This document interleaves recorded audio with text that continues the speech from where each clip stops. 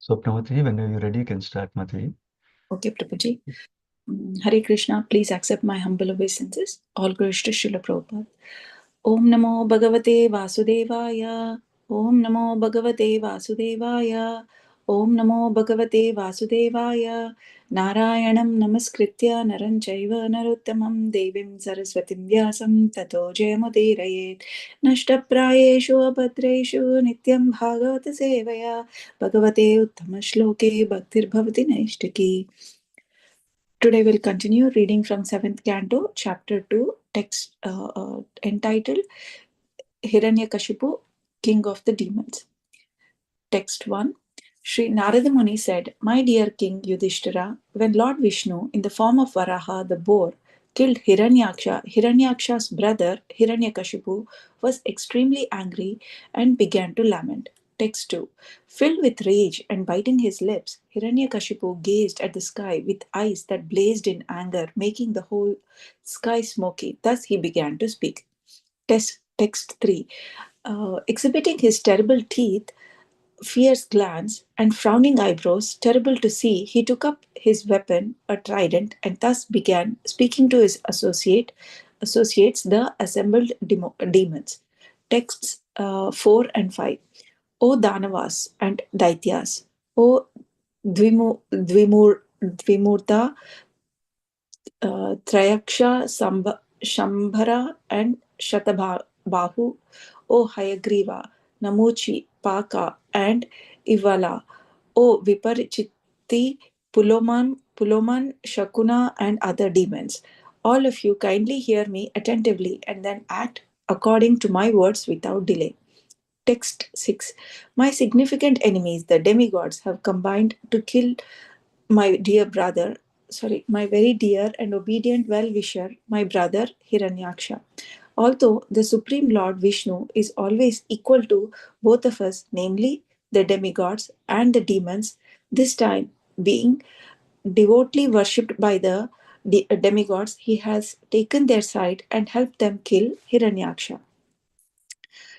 Texts 7 and 8. The Supreme Personality of Godhead has given up his natural tendency of equality toward the demons and demigods. Although he is the Supreme Person now, influenced by Maya, he has assumed the form of a boar to please his devotees, the demigods, just as a restless child leans towards someone. I shall therefore sever Lord Vishnu's head from his trunk by my trident, and with the profuse blood from his body I shall please my brother Hiranyaksha, who was so fond of sucking blood. Thus shall I too be peaceful. Text 9. When the root of a tree is cut and the tree falls down, its branches and twigs automatically dry up. Similarly, when I have killed this diplomatic Vishnu, the demigods for whom Lord Vishnu is the life and soul, will lose the source of their life and wither away. Text 10. When I am engaged in the business of killing Lord Vishnu, go down to the planet Earth, which is flourishing due to Brahminical culture and a Kshatriya government. These people engage in austerity, sacrifice, Vedic study, regulative vows, and charity, destroy all the people thus engaged. Text 11. The basic principle of Brahminical culture is to satisfy Lord Vishnu, the personification of sacrificial and ritualistic ceremonies. Lord Vishnu is the personified reservoir of all religious principles, and he is the shelter of all the demigods, the great pitas, and the people in general. When the Brahmanas are killed, no one will exist to encourage the Kshatriyas to perform yagnas, and thus the demigods, not being appeased by yagna, will automatically die. Text 12. Immediately go wherever there is good protection for the cows and brahmanas, and wherever the Vedas are studied in terms of the Varnashrama principles. Set fire to those places and cut from the roots the trees there, which are the source of life. Thank you. Hare Krishna. Yeah, thank you, Swapna Mataji. Hare Krishna. So, yeah, Rasa Candrika Mataji, when you're ready, you can start, Mataji. Thank you, Hare Krishna. Then Pranam to all the devotees assembled over here. Today we are reading a 7th Canto, Chapter 2, verse number 1 to 12. Before we get into it, we'll start with short prayers. ॐ अज्ञानं तिमिरन्धस्य ज्ञानञ्जनशलाकया चक्षुरुन्मिलितं येन तस्मै श्रीगुरुवे नमः। नमो विष्णुपादाय कृष्णपृष्ठाय भूतले श्रीमतिभक्तिवेदान्त स्वामिनिति नामिने। नमस्ते सरस्वती देवे गौरवाणी प्रचारिणे निर्विशेषशून्यवादी पाश्चात्यातीशतारिणे। जय श्री कृष्ण चैतन्य प्रभु नित्यानंद श्री अद्वैत गदाधर शिवासादि गौर भक्तवृंद। हरे कृष्णा कृष्ण कृष्ण हरे हरे, हरे Ram Ram Ram Hare Hare. Hare Krishna. Prabhuji, can I share my screen? Yes, Mataji, yeah, you have rights to that.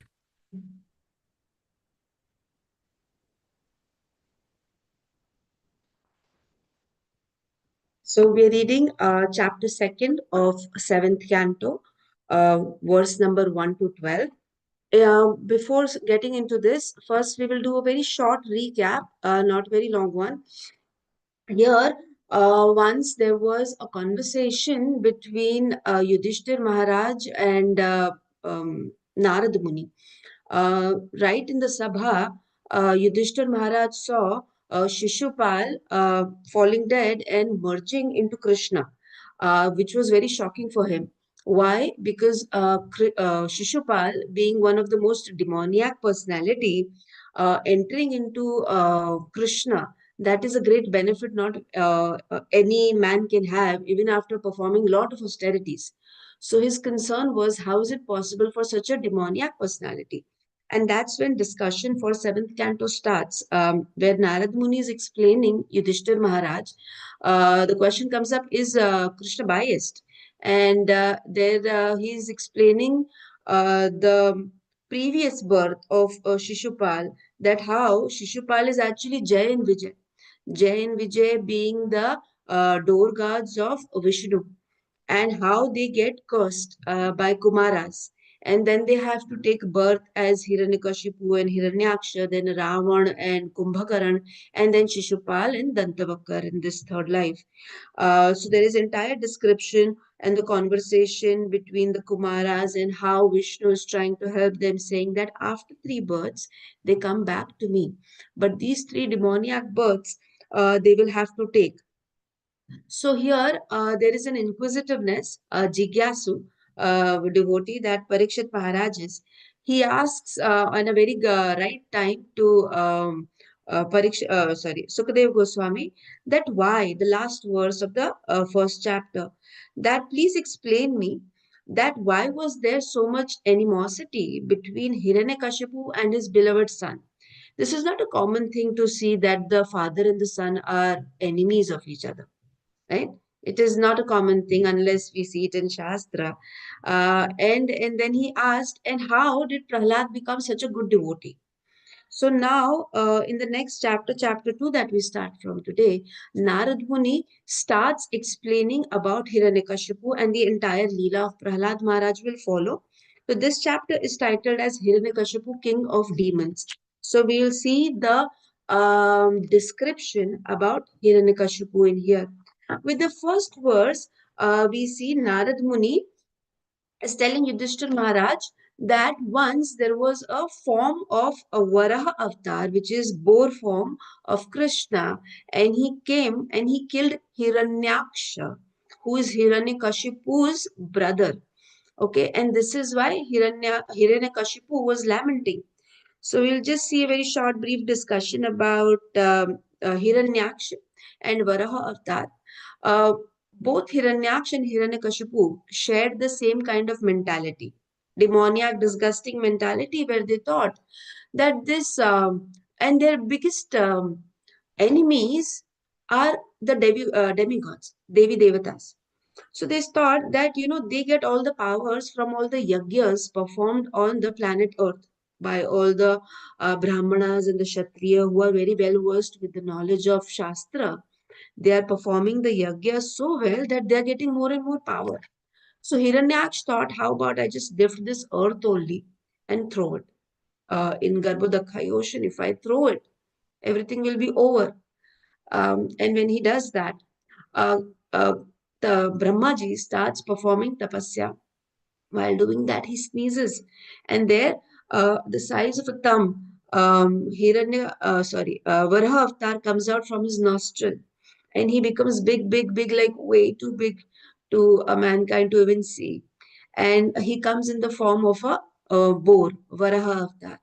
And with his tusks, he goes down into the ocean and lifts up the earth and places it back.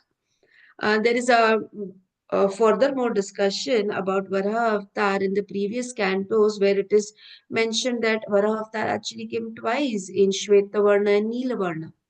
Yeah, so and here Varaha Avatar had a fight with Hiranyaksh, and Varaha Avatar had to do nothing really. He just hit him very hard on his back, and Hiranyaksh started doing vomits of blood, and he lost his life over there. After hearing this, Hiranyakashipu, the equally demoniac brother of Hiranyaksh, got very angry and he started to lament. So this was just a very short description that I could give about Varaha Avatar in translation, text 1. And then moving on, we see text number 2 or 3 combined. Here, it is given. We have a description of how he's getting angry, how he is having blazing eyes in anger, and things around him has started becoming to warm up and smoky. He had very fierce eyebrows, and this is all his after lamentation. The anger that he's getting into, it is in that. And then he assembles all the demons. He calls them out in verse number 4 and 5. There are a lot of names given over here, name of all the demons who were assisting Hiranyakashipu at that time. We see Hayagriva, Namuchi, Paka, and others, and he gathered them all and gave them a strong instruction, which we will see in verse number 6. Here he's saying, my insignificant enemies, the demigods. So the enemies are demigods, have combined to kill my very dear obedient well-wisher and my brother Hiranyaksha. So here, one thing that was very striking to me as a person when I read this, he said that Vishnu is always equal to us, namely the demigod and the demon. And this was just a personal realization of myself that even a Daitya like Hiranyakashipu is very well aware that Krishna is equal to every living entity, whether demon or demigods. And there are many instances I find myself saying, why is Krishna doing this with me only? Other people he will not punish, but me only. So this is the kind of regret and a not happy behavior that I show towards Krishna at times in atrocities towards me. And then we see that, oh, everything is happening to me only. Krishna is not equal to me. See, look at the other people. They are having so much fun. So this kind of attitude I saw that I have, which is worse than Hiranyakashipu. So that clearly suggests what a degraded yuga I am in. So here he is saying that he is very much equal to both demigods and demons. But this time the demigods have worshipped him, and this is why he took the sides of the demigods and killed Hiranyaksha. There is a very important word in this verse which is Saptaner. And Prabhupada is given a very good description about this. So, what is Saptaner? Saptaner is being used here for Krishna. And here, Prabhupada is saying that both demons and demigods understand that the Supreme Personality of Godhead is the Supreme Master. Even the Daityas understand that He is the Supreme Master. But it is because of the animosity that they have in their heart. They act like this. Right? So here it is said, Prabhupada is saying that the demigods and the demons are compared to the two co-wives of a husband. If a husband has two wives, so they are co-wife of each other. So each wife is sapatni, sa co-wife patni, sapatni of the other, and therefore the word saptane is used here, and this is used here for us. So here demigods and the daityas are put together, and this is why this term is used, which was very nice for me personally to understand. Here, further when we go, there is a description about Sayujya Mukti, very short though. And it is said that people who get this Sayujya Mukti also sometimes get chance to go to Vaikuntha Loka. So here I was just wondering, like, how amazing it was for Shishupal also, though he was thinking about Krishna in a bad way, but he was constantly thinking, is the prime point to understand. Constantly, Shishupal would, say wrong things about Krishna, and Krishna was hovering in his mind constantly. And this is the reason also why he got Sayuji Mukti. Though it was negative, but there was constant satatam. He was thinking about Krishna. And that's what Krishna instructed us in Bhagavad Gita. Satatam kirtayanto ma with bhakti. You have to do satatam. Constantly, we have to think about Krishna. Yeah, which Shishupal was able to do. Though negative, hence Sayuji Mukti was given to him. Here, further, Prabhupada is explaining that Krishna is not really biased, and he's given example of a government. So the government acts equal to everybody, whether rich or poor. Everybody is entitled to pay the tax that they're liable for. But the person who's get paying tax will also get some benefits. The person who's not paying tax will definitely not get as many benefits. So this is what the post of Krishna can be understood as, that Krishna is unbiased to everybody. This thing I've also heard in a lecture by a devotee giving an example, that we can also understand the same concept of Krishna being unbiased as a mother. A mother may have 50 kids, so she is not going to love one kid more than the other. She has the same love and affection for all the kids.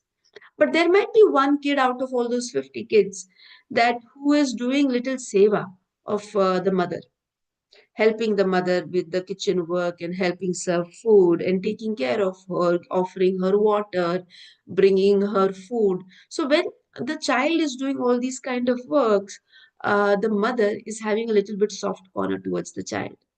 That does not mean she's not loving other people equally, because everybody is her kids. So she has equal love and affection towards everyone else also. But this child is little exceptional because of the service that he's giving to his mother. Similarly, the demigods always perform loving devotional service towards Krishna. Is the reason why we might end up thinking that he is in demigod's team or he's biased, but that is not the reality. Then we move on to verse number 7 to 8. There are two verses combined over here. And dear devotees, if it is possible, you could read the translation for this verse today. It will be great. This is one of the important verses. So here in this verse, it is said that the Supreme Personality of Godhead has given up his natural tendency of equality towards the demon and demigods. Who is saying this? Hiranyakashipu. He's accusing Krishna that he is not being equal towards us. Okay, and he's saying that Krishna, the Supreme Personality of Godhead, is under the influence of Maya. So we have to understand that Krishna is Gunadhish. We are Gunadhin. We are under the influence of Maya, and Krishna can never be under the influence of Maya ever. And this is why he's saying, because he was under the influence of Maya, he took the form of a boar, and then he defeated my brother here. And then what he's, because he's angry now, what is he saying next? That I am going to cut Vishnu's head from his body, and then the profuse amount of blood that will flow by, I am going to offer that blood to my brother Hiranyaksha, because he loves to suck blood. And that thus shall I too be peaceful. So this is a very amazing purport over here. Here Prabhupada is explaining. First, we see that he's saying that this is Krishna's natural tendency to be equal, that we discussed in the previous verse also. This is natural, it does not come as to him as working hard towards it. And then we see he's talking about that once I sever his head from his body, I will be peaceful. Dear devotees, we have been given the peace formula in Bhagavad Gita very loud and clear by Krishna in verse number 5.29, saying, Bhuktaram Yagya Tapasam Sarva Loka Maheshwaram. So there Krishna says that I am the master of everybody, the Devi, the Devatas, everything in this world. And every yagya that you perform is coming to me. And I am the enjoyer of everything. When a person understands that certain thing does not belong to him, he does not have such attachment. In a recent lecture, I heard an example which kind of stuck with me relating to Bhuktaram Yagitapasam. Here, when your neighbor has a breakdown of a car broke down early morning, everybody's in stress, you will empathize with them, but it will not bother you too much because your car is still running, right? If the person in next door house burns his house, you will again empathize with them, help them in whatever way possible, but again, it will not bother you too much because it is not your house that burned up. You still have your house. So when you have this attachment towards things that this is mine, mine is safe, I am okay, that is when we start having misery. This attachment brings misery. But the moment we understand that everything belongs to Krishna, nothing belongs to me, there is nothing that I personally own, there is no attachment, and hence there is no misery. And when there is no misery, there is peace. But Hiranyakashipu thinks that when he will kill Vishnu, which is not possible, he will be very peaceful. We'll jump more into this verse. Here, it is said that it is so easy to bribe Krishna. Prabhupada is explaining in the verse that he's saying that you can just bribe Krishna by doing some austerities and then he will support the demigods, is what the accusation is coming from Hiranyakashipu. Prabhupada is explaining that Krishna in verse number 9.26 Bhagavad Gita asked for only patram pushpam phalam toyam. So what is he asking? Is he asking expensive things? Give me rubies and diamonds and houses and whatnot. Only patram, pushpam, phalam, toyam. If you see all these four ingredients, dear devotees, is freely available in the environment. Any person, whether poor or rich, can easily acquire them and offer. And then we see also in Chaitanya Charitamrita, Adi Leela, one of a very beautiful shlokas. Krishna says, Tulsi dala matre na jalasya chulukena va vikritena swayam atmanam bhaktavyo bhaktavatsala. We will be using this example again in the further verses. But what is Krishna asking? Krishna is asking for Tulsi dala matrena only. Tulsi in the palm and little drop of water, jalasya chulukenava, chullu bhar pani that we say, little bit water. This is all what he's asking. Is that very expensive? But when we say that he's asking for it, does that mean he does not have all these things? Krishna does not require anything because Isha Vashyam Idam Sarva. Krishna says everything belongs to me. Ishopanishad, first verse. Everything in this world is mine. So, how is Krishna asking anything from us? What all he needs is loving devotional service. There is not a day when if you don't offer Krishna water, he'll be thirsty the whole day. Or if you don't offer him food, he's going to be hungry. But that is the bhakti that a devotee has. That if I don't serve Krishna, who will take care of him? This love and affection is what Krishna is hungry for, not really the money and the tulasi or any patram, pushpam that we can offer. This is way beyond his caliber actually. But still, he's so bhakta vatsala that he's very happy even getting that. And this is how Prabhupada is explaining this verse.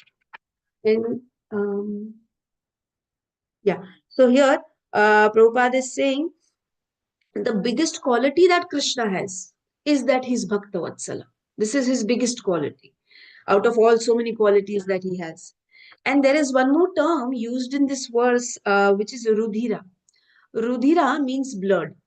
And what Hiranyakashipu is saying that I am going to cut the head of Vishnu and I am going to get the blood out, which is absolutely not possible, cutting Vishnu's head. But here, Prabhupada is saying if you want to understand it in a positive way, how you can understand it is Krishna is always wearing a big garland of red flowers. It is very beautiful, big, and it's very red. And devotees understand it that when demoniac personalities like Shishupal and all, they get Sayujya Mukti. So when they enter into Krishna, okay, a Krishna, they go through his body and then there is a red garland of flowers. And Krishna says, when such devotees come to me, they also get an opportunity to go to Vaikuntha Loka. And then I give my garland as a prasadam to them. So, devotees understand these horrible words that Hiranyakashipu is using in a very positive manner. That this red blood that he's talking about is actually going to be the garland that he will get later on after being killed. Okay, then we move on to verse number 9.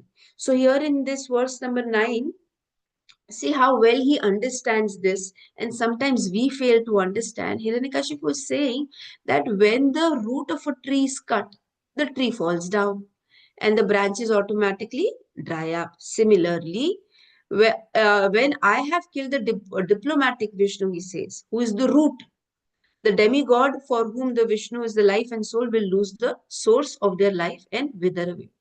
So we see his main enemies are demigods. He can't see the demigods happy. So what he's trying to do is he's trying to make a plan that let's kill Vishnu. Once we kill Vishnu, the demigods will also wither away. So Krishna has also told us that I am the root. Just worship me, and all the other demigods will be equally happy in this even in this material world, if you stay and just worship me.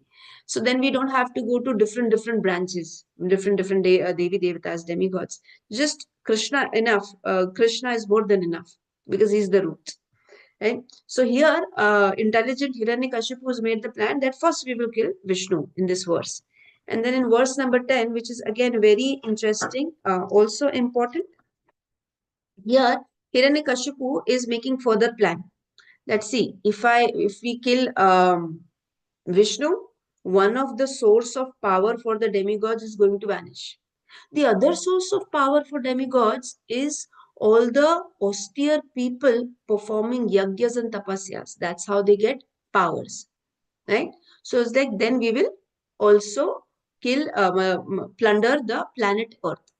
So this is very smart, according to his caliber, very smart plan that he made, that to defeat the demigods, we will cut off their power supply that comes from Vishnu and the planet Earth. Good people like Brahman and Kshatriya who are performing austerities. Here, Prabhupada is telling that this society in Bhagavad Gita, it is mentioned in 4.13 Shlok Chatur Varnyam Maya Shishtam. It is very well divided into 4 categories by Krishna. And we all know that it is Brahman, Kshatriya, Vaishya, Shudra. Here, Prabhupada is explaining that what are the duties of a Brahmana. The Brahmana has to cultivate samah, peacefulness among people, damaha, self-control, titiksha, tolerance, satyam, truthfulness, saucham, cleanliness, arjavam, simplicity. And after cultivating all these qualities among the people in the society, he also has to give instructions to the Kshatriya on how to rule the country, kingdom, planet, maybe even. Yeah, who is giving this knowledge? Brahmanas. And now the Kshatriyas are taking this knowledge and executing this towards the rest of the kingdom and making them perform the austerities and sacrifices, because of which, according to Shastra, Dharma, it is so opulent and fulfilled. So where we see mostly people are inclined towards performing yagyas, Prabhupada is explaining why. Because when we perform yagyas, we get adequate amount of rainfall. When you get adequate amount of rainfall, you have good amount of grains to feed the people. And this is a good circle and for personal benefit only, but people perform yagya. And whatever yagya we do, as we already know, Bhoktaram Yagya Tapasam, everything goes to Vishnu. Whether we are performing it for Indra Devta, Surya Devta, Chandra Devta, any other Devta. So it is directly going to Vishnu first and then it is being distributed. So why are we performing these yagyas? Prabhupada explains that there are many people who are not able to surrender to Krishna is the reason why there are so many options Krishna has given us. If you are not very faithful to me, you be faithful to some other demigod. That means you will still be connected to doing bhakti sooner or later. So Krishna is very unhappy when a person turns into an atheist. That is not what he desires. Hence, we have so many helping sources through our Devi Devtas. And he says, even to the Devi Devtas, everything is coming through Krishna. When we are asking something from a Devi Devta, please give me this, please give me that, that is also being sanctioned by Krishna and it is coming to us. If we see, we feel, Prabhupada is explaining that we feel too independent of ourselves. But everything we are getting from this nature, and the nature is coming from Krishna. We are getting fruit, vegetable, sugar, grain. Even if you see the mineral ores and everything is coming from Krishna. This land, water, air, fire, everything. So, actual proprietor is Krishna. We should be using it very sensibly because it is not our property. Hmm? And Prabhupada is saying in this verse, in his purport, that if we forget the purpose of the human life, and the human life purpose is to simply go back to Godhead by using this body in service of Krishna. And if we start using it for personal sense gratification and we start getting entangled in this material world, we are closing the doors of going back, which is not a very sane thing to do. Prabhupada is saying. And here is saying, certainly we become thieves if we are not using Krishna's thing for serving him. Then we are certainly thief. We also hear this in Bhagavad Gita. Like if you're not offering me and eating it without offering me, you are actually a sin. You're actually committing sin. So we should understand this. Everything is for Krishna, and if Hiranyakashipu understood this also, maybe he would not act in the way he was acting. But well, he had to. Then we move on to verse number 11. 11th verse also has quite a lot of points, a possible read. Here, it is said that the basic principle of Brahminical culture is to satisfy Lord Vishnu, the personification of sacrificial ritualistic ceremonies. And when the Brahmanas are killed, no one will exist to encourage the Kshatriyas to perform yajnas, and demigods will be appeased by yajnas and automatically die. So we saw that he made this plan in verse number 9 also. So here he is giving instruction to his daityas that what they have to do next and how they have to go and make this situation very horrifying. He's saying he will kill the Brahmanas and then there will be no austerities and the culture of the society will be lost. When saying this, Prabhupada is pointing out how many Brahmanas are left in our society at this moment. I was wondering when Prabhupada wrote this purport, it was more 50 years ago. And in this 50 years, the society has degraded even furthermore, right?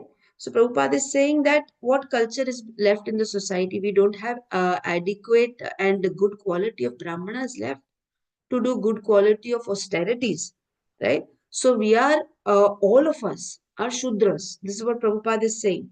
And when Shudras are there in large number and less number of Brahmanas, the society is not going to really function very well. And this is why Chaitanya Mahaprabhu, Krishna already knew this, that this will happen to the society, right? He says that in Bhagavad Gita, Vedaham Samatitani, that I know what the future is. So this is why he came at an appropriate time as Chaitanya Mahaprabhu. And he gave us a very easy way of doing yajna. That is Sankirtan yajna, Nam yajna. Right? It is very simple. We don't need any ingredients for doing this yajna. It's just one ingredient, that is your tongue. And you constantly vibrate the holy name of Krishna. And that is yajna. But Prabhupada was saying that they had a very bad plan to remove yajnas and austerities from the society, makes it very bad. And we are living in that bad society as of now. This is why Chaitanya Mahaprabhu told us, Hare Nama, Hare Nama, Hare Nama Kevala. This is the only thing that will help me in this Kali Yuga. Prabhupada is going further and explaining that in Kali Yuga, the government is going to be very, very corrupt. We see that. We are experiencing it very intensely right now, that the government is very corrupt and it will be a very chaotic atmosphere. And this is what we are suffering through at this moment. Verse number 12, the last verse for today, and then we will end. Here he is telling to his Anya Daityas that go wherever there is good protection for cows and Brahmanas, and wherever the Vedas are studies in the term of Varnashram principle.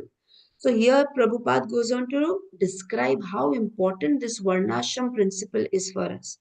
Society without proper Varnashram principle is no less than a society of dogs and cats. There is no difference left. But we have to have maintained that difference because we have taken birth in human society. Human society is the greatest boon a Jivatma can get. It's the biggest opportunity a Jivatma can get go back to Krishna.